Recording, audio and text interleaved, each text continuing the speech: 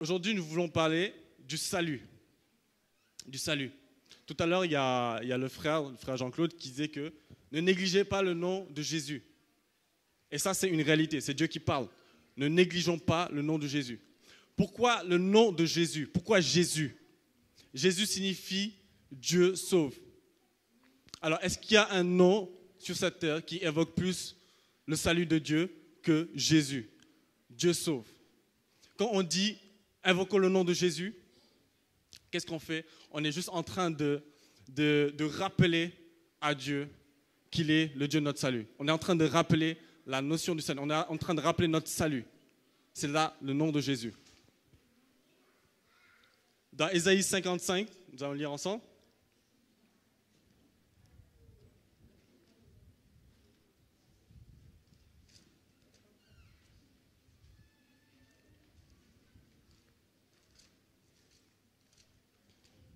Alors, est-ce que j'ai devant moi des gens affamés ou bien des gens assoiffés de la parole de Dieu? Est-ce qu'il y en a qui sont assoiffés de la parole de Dieu? Est-ce que vous êtes vraiment assoiffés? Vous êtes sûr? Ok. Alors, vous tous qui avez soif, vu que vous êtes assoiffés, venez aux eaux. Pas le zoo d'Amnéville, hein, les eaux EAUX. Venez aux eaux. Même celui qui n'a pas d'argent. Venez acheter et manger. Venez acheter du vin et du lait sans argent, sans rien payer. Pourquoi pesez-vous de l'argent pour ceux qui ne nourrissent pas? Pourquoi travaillez-vous pour ceux qui ne rassasient pas? Écoutez-moi donc et vous mangerez ce qui est bon, et votre âme se délectera de mets succulents. Prêtez l'oreille et venez à moi. Écoutez et votre âme vivra. Je traiterai avec vous une alliance éternelle pour rendre durables mes faveurs envers David. Voici, je l'ai établi comme témoin auprès des peuples, comme chef et dominateur des peuples. Voici, tu appelleras des nations que tu ne connais pas, et les nations qui ne te connaissent pas courront vers toi, à cause de l'Éternel ton Dieu, du Saint d'Israël qui te glorifie. Cherchez l'Éternel pendant qu'il se trouve, invoquez-le tandis qu'il est prêt, que le méchant abandonne sa voie et l'homme d'iniquité ses pensées, qu'il retourne à l'Éternel qui aura pitié de lui, à notre Dieu qui ne se lasse pas de pardonner, car mes pensées ne sont pas vos pensées, et vos voix ne sont pas mes voix.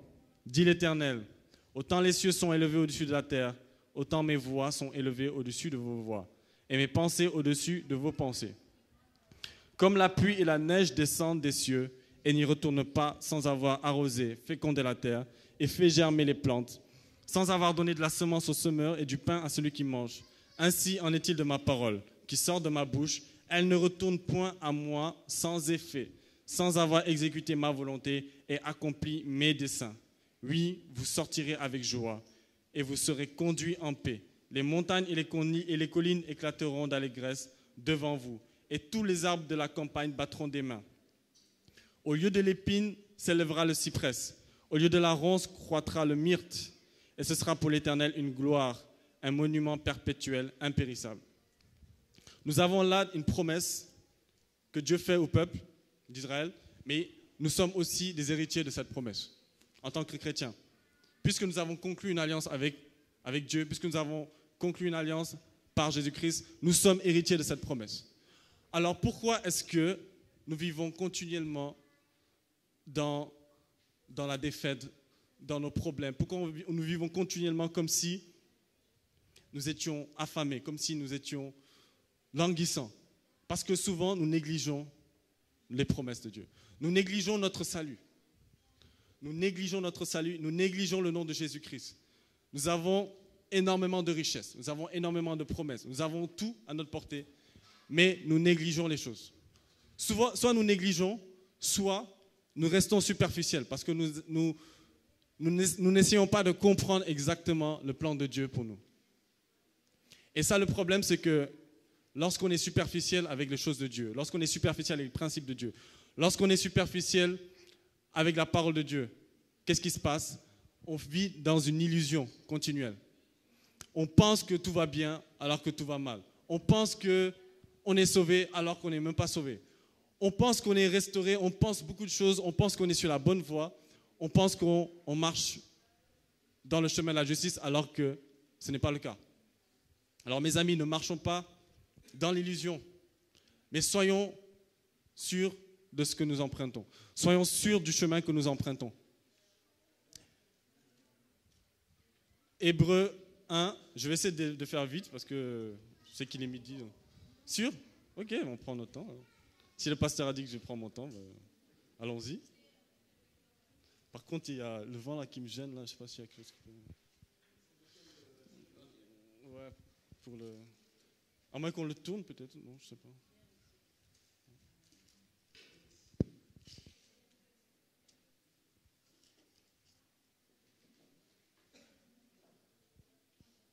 Alors, c'est Hébreux. Hébreux 1.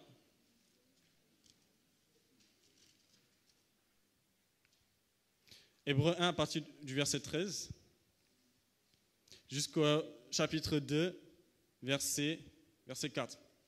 Soyons ouverts à la parole de Dieu. Soyons ouverts à la parole de Dieu. Nous allons parler des principes de la parole de Dieu, des principes clés du salut. Alors bien sûr, le thème de mon message, c'est ne néglige pas ton salut. Ne néglige pas ton salut. Alors, Hébreux 1, verset 3. 13, autant pour moi. Jusqu'au chapitre 2, verset 4. Et auquel des anges a-t-il jamais dit, assieds-toi à ma droite jusqu'à ce que je fasse de tes ennemis ton marchepied. Donc les anges ne sont-ils pas tous des esprits au service de Dieu, envoyés pour exercer un ministère en faveur de ceux qui doivent hériter du salut? C'est pourquoi nous devons d'autant plus nous attacher aux choses que nous avons entendues, de peur que nous ne soyons emportés loin d'elles. Car si la parole annoncée par des anges a eu son effet, et si toute désobéissance et transgression a reçu une juste rétribution, comment échapperons-nous en négligeant un si grand salut qui, annoncé d'abord par le Seigneur, nous a été confirmé par ceux qui l'ont entendu, Dieu appuyant leur témoignage par des signes, des prodiges et divers miracles, et par les dons du Saint-Esprit distribués selon sa volonté. En gros, qu'est-ce que le passage là nous dit? Le passage là nous dit que le Seigneur, il envoie des anges de Dieu, des esprits, pour venir en aide à ceux qui doivent hériter du salut. Qui doit hériter du salut? C'est nous. Donc en gros, Dieu envoie des anges, il a mandaté des anges pour qu'ils soient en aide, ils nous viennent en aide au moment où nous avons besoin. Parce que nous devons hériter le salut. Mais après, il dit que il faut maintenant que vous vous attachiez aux choses que vous avez entendues. Parce que la promesse est là. La promesse est là. Dieu a mandaté des anges pour exercer un ministère sur nous. Mais si nous ne nous attachons pas aux choses que nous avons entendues, qu'est-ce que nous avons entendu? La parole de Dieu. Tous les moments que nous passons ici, toutes les paroles que nous prononçons, si nous négligeons ce que nous avons entendu, si nous nous attachons pas à ce que nous avons entendu, qu'est-ce qui va se passer? Ces choses nous seront emportés loin d'elles. Et pourquoi nous serons emportés loin d'elles? Parce que nous aurons négligé les richesses qu'elle renferme. C'est-à-dire que toutes les promesses de bénédiction sont attachées aux paroles que le Seigneur annonce, que le Seigneur dit sur nous. Et si nous ne nous attachons pas à ces paroles, qu'est-ce qui se passe? Ces bénédictions-là vont s'éloigner de nous. Ces promesses s'éloignent de nous. Parce que nous avons négligé la parole de Dieu. Parce que nous avons négligé le principe de Dieu pour notre salut. Car si la parole annoncée par des anges a eu son effet, et si toute transgression et toute désobéissance a reçu une juste rétribution, comment échapperons-nous en négligeant un si grand salut? C'est-à-dire que même en négligeant notre salut, on se condamne nous-mêmes. C'est peut-être fort de le dire, mais c'est une réalité. Ne négligeons pas notre salut. Et vous savez, souvent, on pense que le salut, c'est une finalité. Une fois qu'on est sauvé, c'est bon, ma place au paradis est prête, je suis sauvé. En réalité, le salut, c'est le point de départ de notre marche. Et vous savez, dans la Nouvelle Alliance, dans l'Ancienne Alliance et la Nouvelle Alliance, il y a un rapprochement qui est fait. La parole de Dieu dit que l'Ancienne Alliance, c'est l'ombre de la Nouvelle Alliance. Tout ce que le peuple d'Israël a vécu dans l'Ancienne Alliance, ce n'est que l'ombre de ce que nous devons vivre dans la Nouvelle Alliance. Et comment est-ce que le salut, la notion de salut, elle est venue à partir de quoi? La notion de salut est venue déjà à partir de la Pâque. La notion de salut est venue à partir de la Pâque que le peuple d'Israël a vécu. Et notre salut à la Nouvelle Alliance commence par le sacrifice de Christ. Et si nous lisons dans Exode 12, on va lire dans Exode 12, on va voir maintenant comment le salut il fonctionne. Comment ça fonctionne? Parce qu'il y a un fonctionnement dans le salut.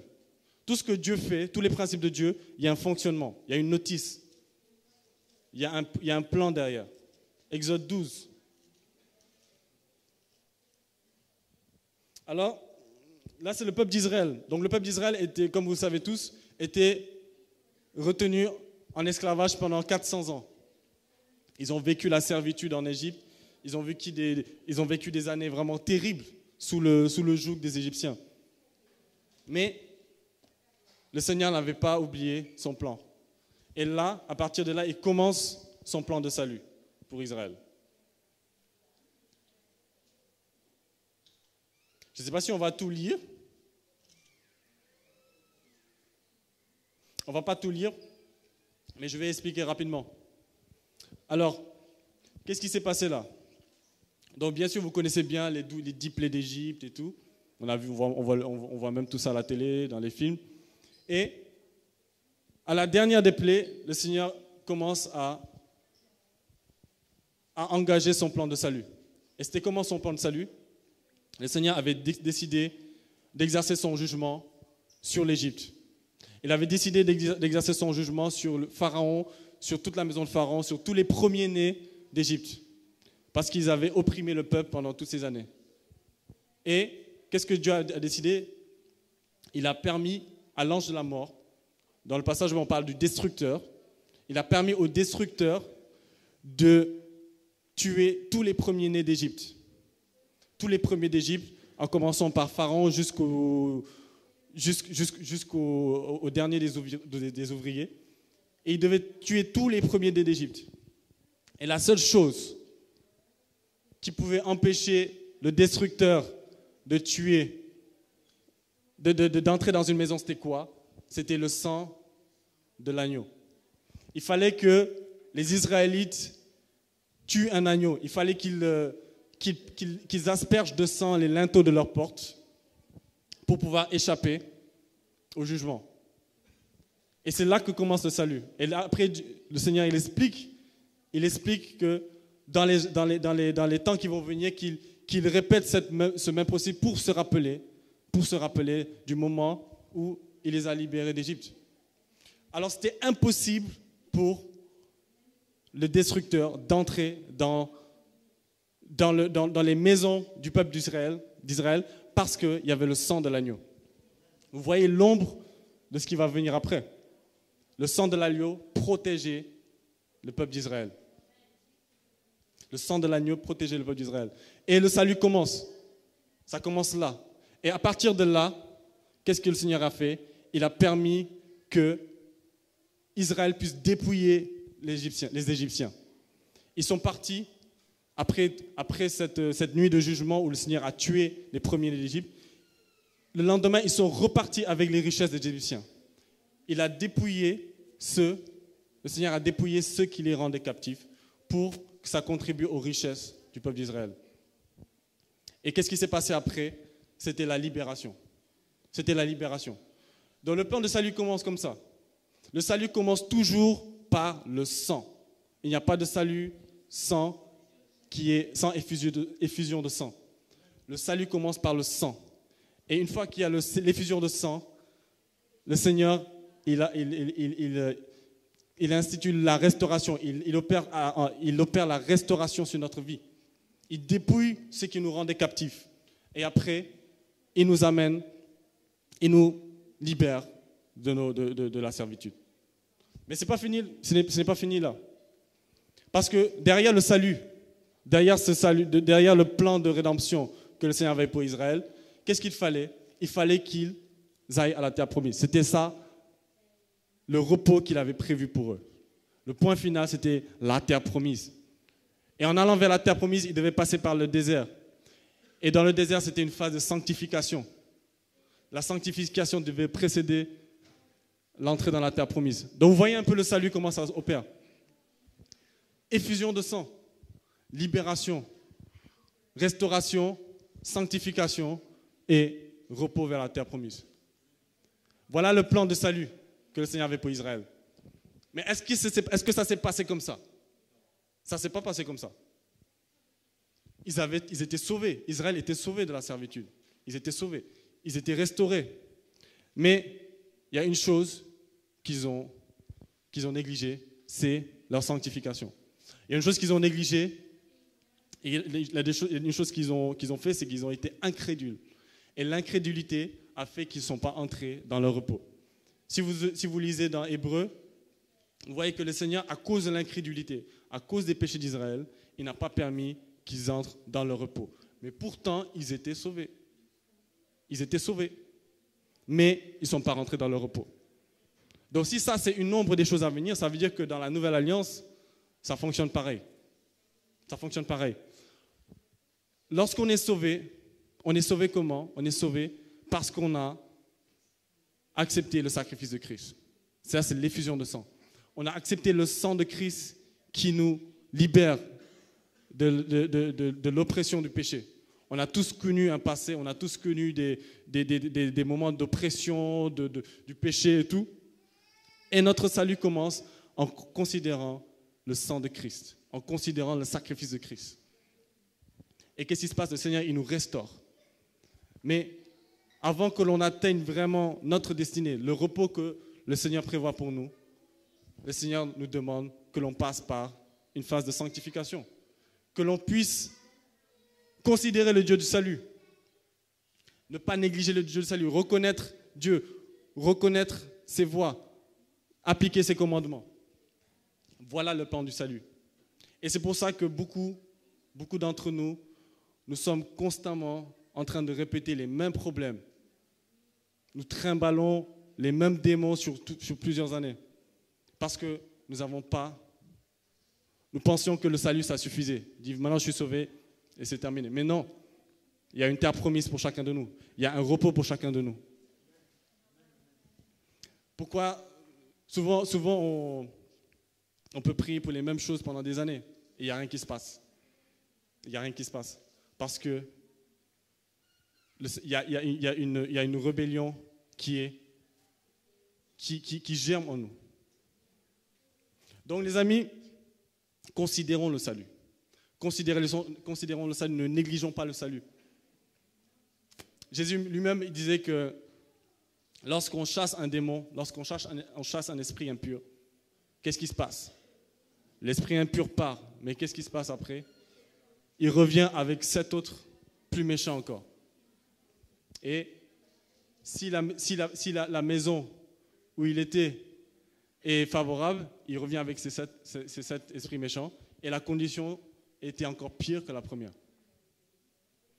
Était encore pire avec la première. Ne négligeons pas notre salut. Donc le salut, c'est ça, c'est le passage d'un statut de servitude vers un statut d'héritier. Vers un statut d'héritier. Et je vais vous partager une vision que j'ai eue avant-hier. Quand je préparais le message, quand Pierre m'avait dit de prêcher ce dimanche, j'ai demandé au Seigneur vraiment qu'il m'inspire, qu'il me dit vraiment la parole qu'il veut que j'annonce pour vous aujourd'hui. Et j'ai eu une vision dans la nuit. Alors c'était un petit royaume, peut-être 3000, 3500 habitants. C'était même 3500, c'était le chiffre exactement. Mais 3500 habitants. Et le royaume avait réussi à vaincre un géant. Ils ont réussi à vaincre un géant. C'était un peu similaire à l'histoire de David et de Goliath, mais ce n'était pas ça exactement. Ils ont réussi à vaincre un géant. il y avait la sentinelle qui était là. Donc tout le monde se réjouissait. Et les gens se disaient, mais est-ce qu'il n'y aura pas représailles? Est-ce qu'il n'y aura pas représailles avec ce qu'on a fait? Et la sentinelle disait non. Et finalement, elle a regardé par la fenêtre. Et il y avait une légion de géants. Une légion, des milliers de géants qui venaient avec toute la fureur qu'on peut imaginer. Toute la fureur. Ils sont venus avec beaucoup de fureur. Et ils sont partis pour prendre leur revanche. Et ils avaient même un aspect bestial même. Et je me suis réveillé avec la question, face à cette situation, que fera le royaume? La défaite est assurée humainement, mais que fera ce royaume? Que fera ce royaume? Que feront-ils? Je vous pose la question, qu'est-ce qu'ils feront face à une armée de géants venus pour détruire, alors qu'ils ne sont que 3500? Les géants, ils sont peut-être des 10 000 géants. Qu'est-ce qu'ils font?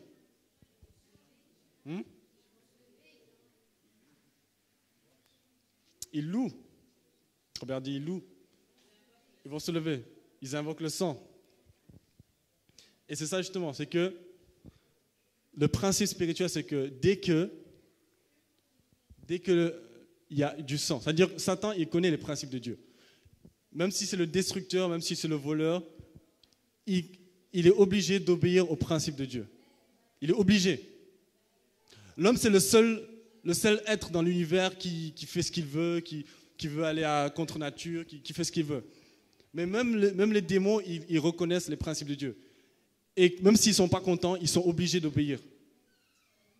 Donc Satan, il sait que quand il y a du sang, quand il y a le sang de l'alliance qui est sur la vie d'une personne, rien ne peut se passer. Et ça, c'est une réalité. Si on reconnaît le sacrifice de Jésus-Christ sur notre vie, rien ne peut se passer. Ça, c'est la loi spirituelle. Ça, c'est un principe spirituel. Et vous savez, nous aussi, quand on est face à des difficultés, on a souvent des montagnes et on demande un miracle. On dit, Seigneur, c'est impossible pour moi d'accomplir cet obstacle. Comment je vais faire? Je demande un miracle.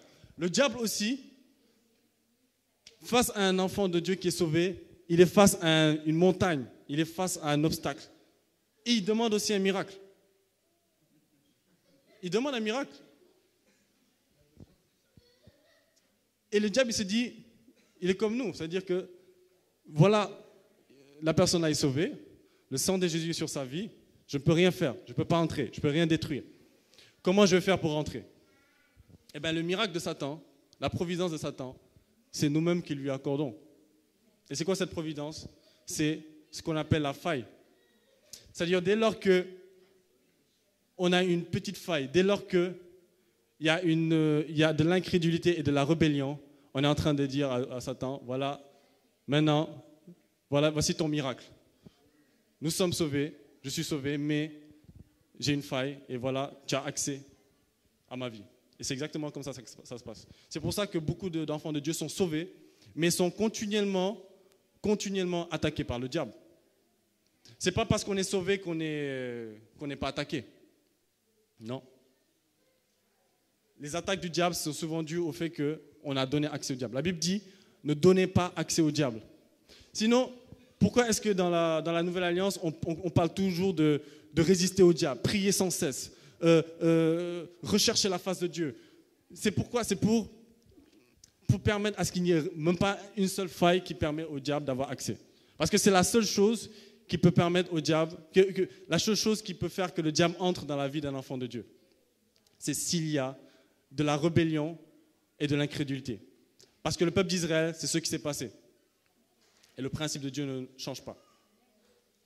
Parce qu'Israël s'est révolté, parce qu'ils étaient incrédules, parce qu'ils sont tournés vers des dieux étrangers. Malgré leur salut, ils sont pas entrés dans leur repos. Ne donnons pas accès au diable. Ne donnons pas accès au diable. Alors, le salut, comment peut-on savoir qu'on est sauvé? Peut-être que parmi vous, il y en a qui ne sont même pas encore dans la phase du salut. Dans Hébreux, je vais lire le passage.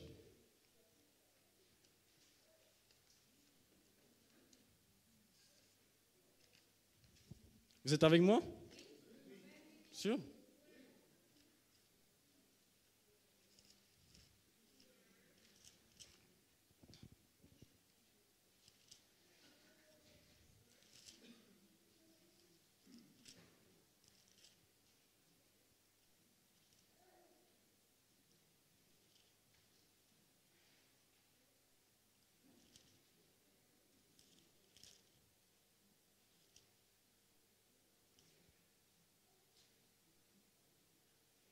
Alors, on va à partir du verset Hébreux 3, à partir du verset 14.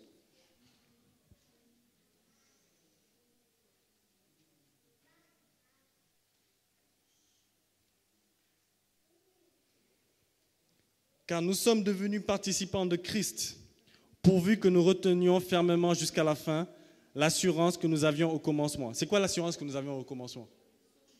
Le salut. Car nous sommes devenus participants de Christ, pourvu que nous retenions fermement jusqu'à la fin l'assurance que nous avions au commencement, donc notre salut.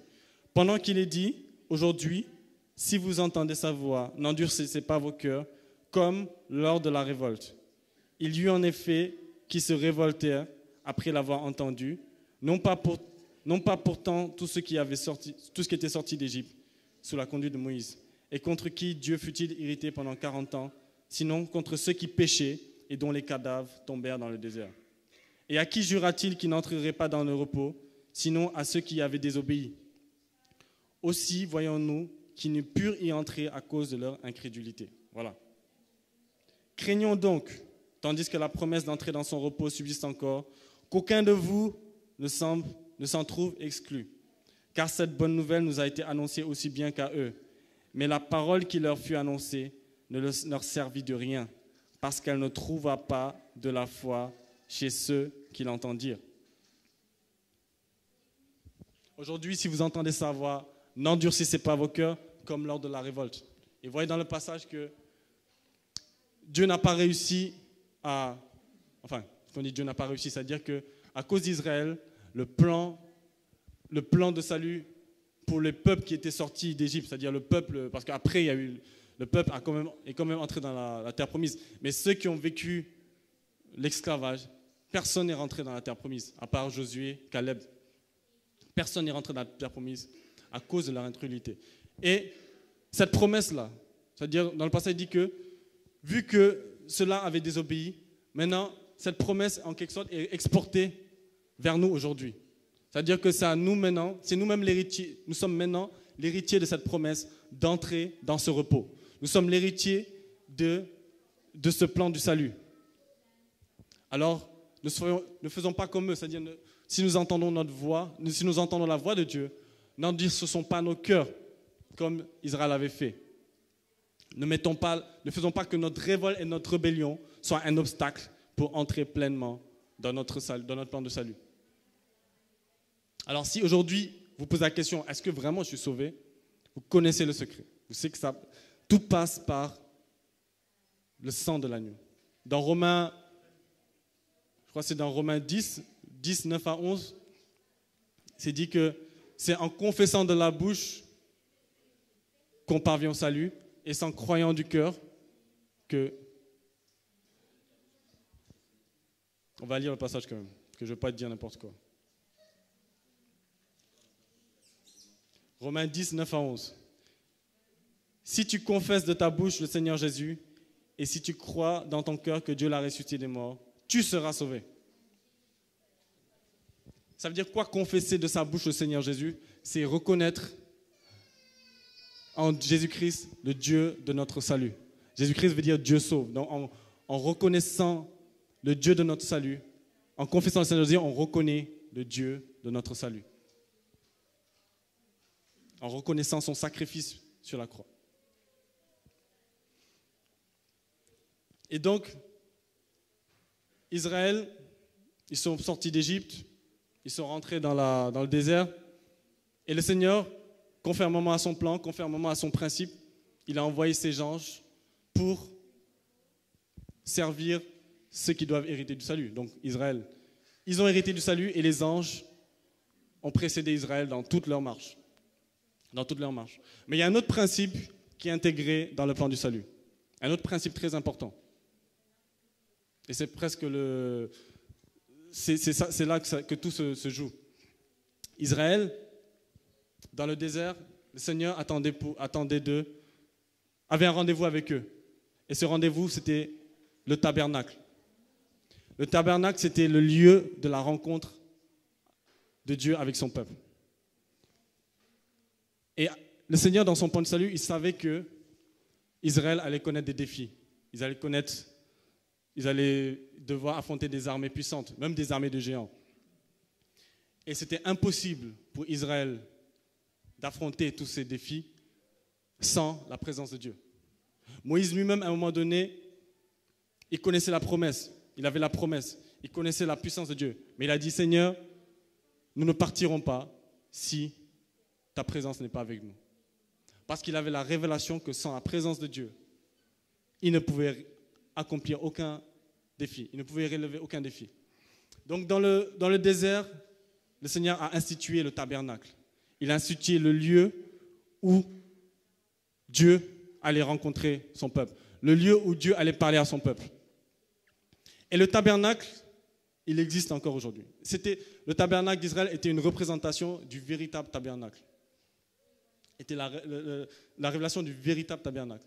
Et il y a un homme dans la Bible qui a eu la révélation de ce véritable tabernacle. Il n'a pas connu le temple. Il ne savait pas c'était quoi le temple, parce que le temple de Jérusalem est apparu avec Salomon. Et cet homme-là n'avait pas connu le temple. Il ne savait pas c'était quoi le temple. La seule chose qu'il connaissait, c'était le tabernacle avec qui allait de tente à tente, mais il ne savait pas c'était quoi le temple. Alors cet homme-là, c'est David. David, il parle beaucoup de temple, il parle beaucoup de maison de Dieu.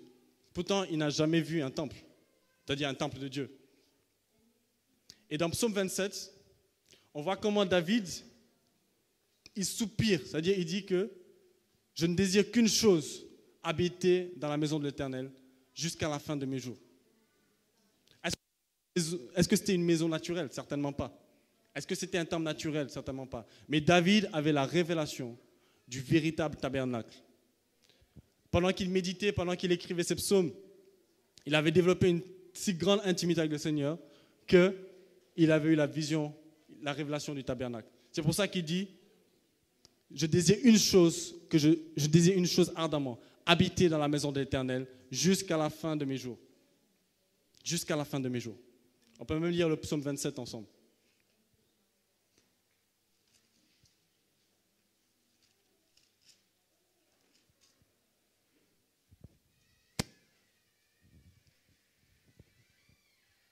On va lire quand même tout le chapitre, je pense. L'Éternel est ma lumière et mon salut. De qui aurais-je crainte? L'Éternel est le soutien de ma vie. De qui aurais-je peur? Quand des ennemis s'avancent contre moi pour dévorer ma chair, ce sont mes persécuteurs et mes ennemis qui chancellent et tombent. Si une armée se campait contre moi, mon cœur n'aurait aucune crainte. Si une guerre s'élevait contre moi, je serais malgré cela plein de confiance. Je demande à l'Éternel une chose que je désire ardemment. Je voudrais habiter toute ma vie dans la maison de l'Éternel pour contempler la magnificence de l'Éternel et pour admirer son temple. Car il me protégera dans son tabernacle au jour du malheur. Il me cachera sous l'abri de sa tente, il m'élèvera sur un rocher. Et déjà ma tête s'élève sur mes ennemis qui m'entourent. J'offrirai des sacrifices dans sa tente au son de la trompette. Je chanterai, je célébrerai l'Éternel. Éternel, écoute ma voix, je t'invoque. Aie pitié de moi et exauce-moi. Mon cœur dit de ta part, cherchez ma face. Je cherche ta face, ô Éternel. Ne me cache point ta face. Ne repousse pas avec colère ton serviteur. Tu es mon secours. Ne me laisse pas, ne m'abandonne pas. Dieu de mon salut. Car mon père et ma mère m'abandonnaient, mais l'Éternel me recueillera. Éternel, enseigne-moi ta voie. Conduis-moi dans le sentier de la justice, de la droiture, à cause de mes ennemis. Ne me livre pas au bon plaisir de mes adversaires, car ils s'élèvent contre moi de faux témoins, et des gens qui ne respirent que la violence. Oh, si je n'étais pas sûr de voir la bonté de l'Éternel sur la terre du vivant. Espère en l'Éternel, fortifie-toi et que ton cœur s'affermisse. Le passage là parle du salut.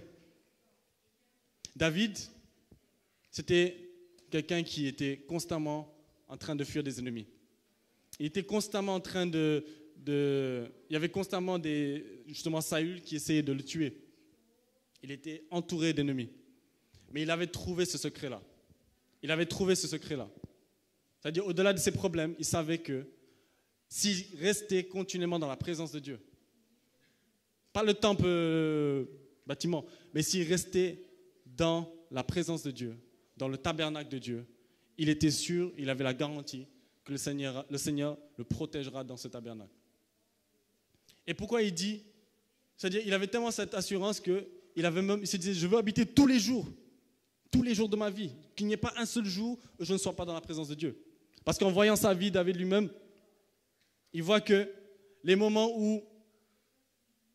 où sa maison était attaquée, les moments où le royaume était attaqué, c'est parce qu'il avait laissé une faille. C'est parce qu'il avait été rebelle envers l'Éternel. Et donc il s'est dit, pour éviter tout ça, qu'est-ce que je veux? Je veux rester continuellement dans le tabernacle de Dieu. Parce que non seulement je serai protégé, mais en plus, je remporterai des batailles. Il y a un autre passage qui dit que du sanctuaire de Dieu, l'Éternel est redoutable et il donne à son peuple la force et la puissance. Et donc, ce principe-là, il existe encore. Il existe encore aujourd'hui. On vit dans le tabernacle de Dieu, existe encore. Et quand on loue, c'est pour ça que quand on loue, quand on a des temps de louange, quand on a des temps d'adoration, ce n'est pas une première partie de message, ce n'est pas juste pour chauffer la salle. C'est parce qu'on est en train d'assurer que nous nous trouvons dans le tabernacle de Dieu. Parce qu'une fois que l'on est dans le tabernacle de Dieu, ça y est, qu'est-ce qui se passe? On sait qu'on est protégé. On sait on est dans la voie du salut. On est dans le plan du salut. Parce qu'on ne peut pas se dire être sauvé. On ne peut pas reconnaître le sacrifice de Christ sans reconnaître l'importance de l'adoration, de la louange, des moments d'intimité. Sinon, on est en train de rater l'entrée vers notre repos. Parce que c'est ça le processus, le plan du salut. La présence de Dieu, la recherche de la présence de Dieu fait partie de ce plan. Et si on néglige ça, si on met de côté la louange, si on met de côté l'adoration, eh bien, notre terre promise, elle peut attendre très longtemps. On peut vivre toute notre vie jusqu'à notre mort et ne jamais être rentré dans le repos. Parce que c'est vrai qu'il y a un repos céleste. Il y a le repos céleste dans l'éternité. Mais il y a aussi un repos sur terre. Le Seigneur aussi, on a aussi des promesses de restauration sur terre. Ne pensons pas que notre repos se limite uniquement au ciel. Ça, c'est le repos final. Mais même sur terre, après toutes nos années de servitude, après toutes nos années où nous étions sous l'emprise de l'ennemi, le Seigneur prévoit aussi un repos. Est-ce que vous le croyez? C'est une réalité. Sur terre. Et si nous sautons ces étapes, c'est-à-dire la nécessité d'intimité, la nécessité de l'adoration, la nécessité de la louange dans notre vie quotidienne, on est en train de ralentir notre entrée vers la terre promise, tout comme Israël l'a fait. Israël a tout négligé. Ils ont négligé cette réalité. Ils ont négligé cette importance de la présence de Dieu dans leur vie. Ils ont négligé le fait qu'ils devaient rester confiants envers l'Éternel. Alors la louange et l'adoration doivent faire partie de notre vie. Souvent, on est dans les temps de louange. Certains sont sur leur portable, certains sont en train de discuter, certains sont en train de prendre du café. Réfléchissons parce qu'on est en train de rater quelque chose d'important. Peut-être qu'au sortir de ce culte, notre solution arrive. Peut-être qu'au sortir dans la semaine, on est en train de rentrer pleinement dans notre repos. Alors si on néglige cela, peut-être qu'on est en train de rater ce que le Seigneur prévoit pour nous durant la semaine. Ne négligeons rien. Négliger son salut, en négligeant son salut, si on néglige ces temps, c'est l'importance de l'adoration, si on néglige l'importance de la louange, c'est une manière aussi de négliger son salut. Parce que ça fait partie du plan de rédemption. Ça fait partie du plan de rédemption. Il y a un processus que le Seigneur a fixé. Et nous devons marcher pas à pas, en ne sautant aucune étape. Nous avons vu au début que les richesses sont considérables. La Bible dit, venez aux eaux, venez librement, venez, ressourcez-vous. Ceux qui ont soif, venez librement. La Bible dit aussi que le Seigneur nous a fait part de toutes sortes de richesses spirituelles dans les lieux célestes. Énorme. Ça, c'est la promesse. Mais cette promesse a des étapes. Tout comme Israël, nous aussi, il nous faut tout d'abord le sang de Jésus. Il faut reconnaître le sang de Jésus. Souvent, on dit le sang de Jésus bêtement, quoi. On marche quelque part dans la rue, on a peur de dire le sang de Jésus, le sang de Jésus, le sang de Jésus. On ne sait même pas ce qu'on dit des fois. On dit, je mets le sang de Jésus ici, je mets le sang de... Non, le sang de Jésus, quand on invoque le sang de Jésus, c'est reconnaître que le sacrifice de Christ nous fait accéder à la présence de Dieu. Que le sacrifice de Christ nous réconcilie avec Dieu. La Bible dit aussi qu'il n'y a de salut en aucun autre nom. Peut-être qu'on est de ceux qui pensent que le salut est... On peut avoir le salut un peu partout. Là, on est en train de s'écarter un peu de la vérité sur le salut. Le salut est en aucun autre nom. Il n'y a qu'un seul nom qui nous sauve, c'est le nom de Jésus-Christ. Il n'y a aucun saint qui peut nous sauver. Il n'y a aucun nom d'un saint qui peut nous sauver. C'est le nom de Jésus-Christ qui sauve. Peut-être qu'ici, il y en a qui ne le croient pas. La parole de Dieu nous dit qu'il n'y a de salut en aucun autre nom.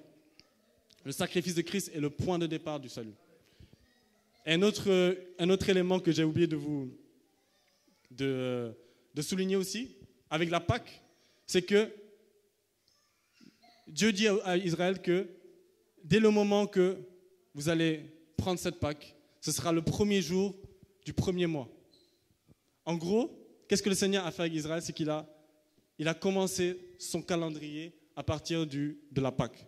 C'est-à-dire que c'était l'an zéro pour le peuple d'Israël. C'était le commencement, le premier jour du premier mois. Et nous aussi, lorsque nous reconnaissons le sacrifice de Christ, lorsque nous reconnaissons Jésus-Christ comme Sauveur et Seigneur, c'est le premier jour de notre cheminement. C'est la nouvelle naissance. C'est la première journée de notre long cheminement. Et dans ce cheminement, une fois qu'on a reconnu le sacrifice de Christ, le Seigneur nous restaure, il nous libère, il dépouille ses ennemis, il dépouille nos ennemis. Qu'est-ce qu'il fait après? Il marche avec nous, il envoie ses anges. Il envoie ses anges qui sont mandatés par Dieu pour servir ceux qui doivent hériter du salut. Ces anges nous précèdent, ils nous entourent. Qu'est-ce qui se passe après? Dans notre cheminement, il attend de nous l'intimité. Il attend de nous de reconnaître la puissance du tabernacle, la puissance du lieu saint. Parce qu'en plus, dans le tabernacle, le voile était déchiré, le voile était caché la présence de Dieu. Le lieu très saint était barré par un voile empêchait d'entrer dans le lieu saint. Qu'est-ce qui s'est passé au moment du sacrifice de Christ? Le voile s'est déchiré. C'est-à-dire que la promesse pour nous aujourd'hui est encore plus excellente que eux. C'est-à-dire qu'il n'y a plus de barrière. On peut accéder librement dans le tabernacle de Dieu. C'est une promesse, c'est une réalité. Alors pourquoi est-ce qu'on reste dans nos soucis? Pourquoi est-ce qu'on reste comme si on n'était même pas héritier de ce salut? Ne fonctionne pas comme si on était encore esclave. Beaucoup de gens, c'est ça le piège d'Israël. Même au moment où le Seigneur les a délivrés, même lorsqu'ils étaient en train de marcher vers la terre promise, ils regrettaient encore l'Égypte. Et c'est pour ça que le Seigneur les a punis. Il y a beaucoup qui sont morts à cause de ça, parce qu'ils regrettaient l'Égypte. Et nous aussi, des fois, on regrette. On regrette notre ancienne nature. Le Seigneur nous délivre de certaines choses. Mais on s'est dit, bon, c'était bien ce que je faisais avant. Et on revient en Égypte, notre Égypte. Et qu'est-ce qui se passe? On rate notre terre promise. On rate l'objectif de notre salut. Ne soyons pas comme Israël, les amis. Ne soyons pas comme ce peuple qui a gratté énormément de bénédictions. Ne soyons pas comme cela. Le Seigneur a un plan de salut. Ne le négligeons pas. Ne négligeons pas. Il y a trop de bénédictions en jeu. Il y a trop de bonnes choses qui nous qui nous sont accordées. Et je vais terminer par... c'est Habakkuk.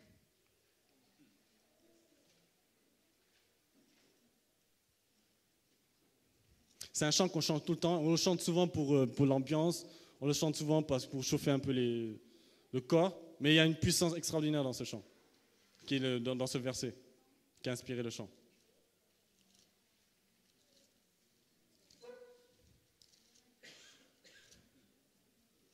Habakkuk.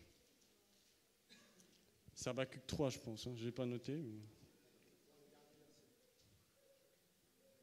Alors, je vais lire avant, parce que c'est important. J'ai entendu mes entrailles. Habakkuk 3, à partir du verset 16. J'ai entendu et mes entrailles sont émues. À cette voix, mes lèvres frémissent. Mes os se consument. Mes genoux chancellent. En silence, je dois attendre le jour de la détresse. Le jour où l'oppresseur marchera contre le peuple. En silence, je dois attendre le jour de la détresse, le jour où l'oppresseur marchera contre le peuple. Car le figuier ne fleurira pas. La vigne ne produira rien. Le fruit de l'olivier manquera. Les champs ne donneront pas de nourriture. Les brebis disparaîtront du pâturage. Il n'y aura plus de bœufs dans les étables. Toutefois, je veux me réjouir en l'Éternel. Je veux me réjouir dans le Dieu de mon salut. L'Éternel, le Seigneur, est ma force. Il rend mes pieds semblables à ceux des biches et il me fait marcher sur mes yeux élevés. Habakkuk dit que rien ne va plus. Il n'y a rien qui va. Rien ne va plus. Il n'y a plus rien. La situation économique, on peut reporter ça pour la France. Le terrorisme est en train d'envahir notre nation. On a peur. Il y a la peur partout. On ne sait même pas ce qui va se passer. On sort de la rue. On ne sait même pas, peut-être qu'il y a quelqu'un qui va venir, qui va s'exploser. On ne sait pas. On a peur. La peur est partout. Il n'y a plus de travail, il y a le chômage.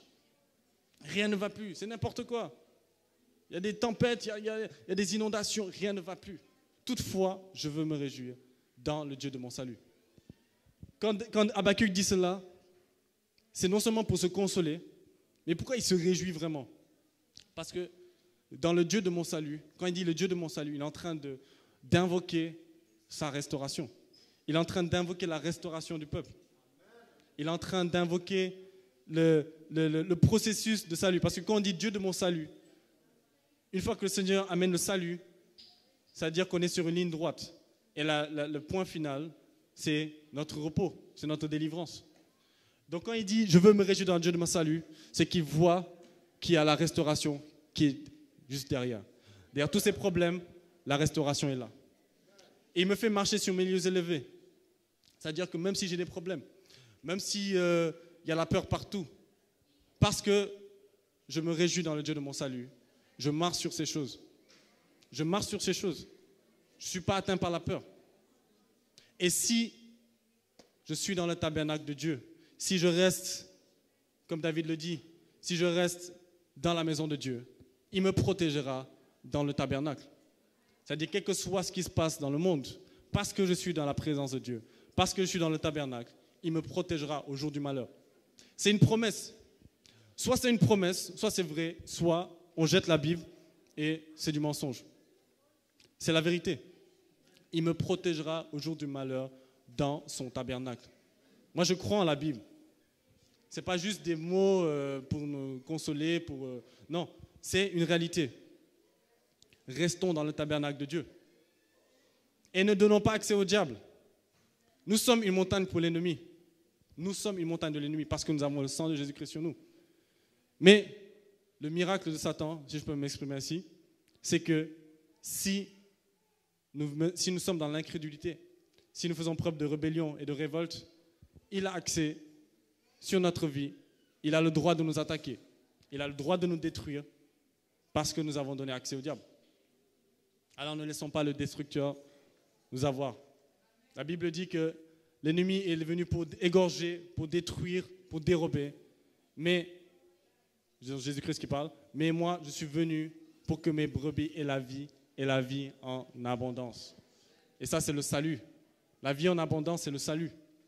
Le salut c'est une sorte de Pâques. Ça commence par le sang de Jésus, la reconnaissance du sacrifice de Christ, c'est le point de départ. Et la restauration s'ensuit et la bénédiction s'ensuit.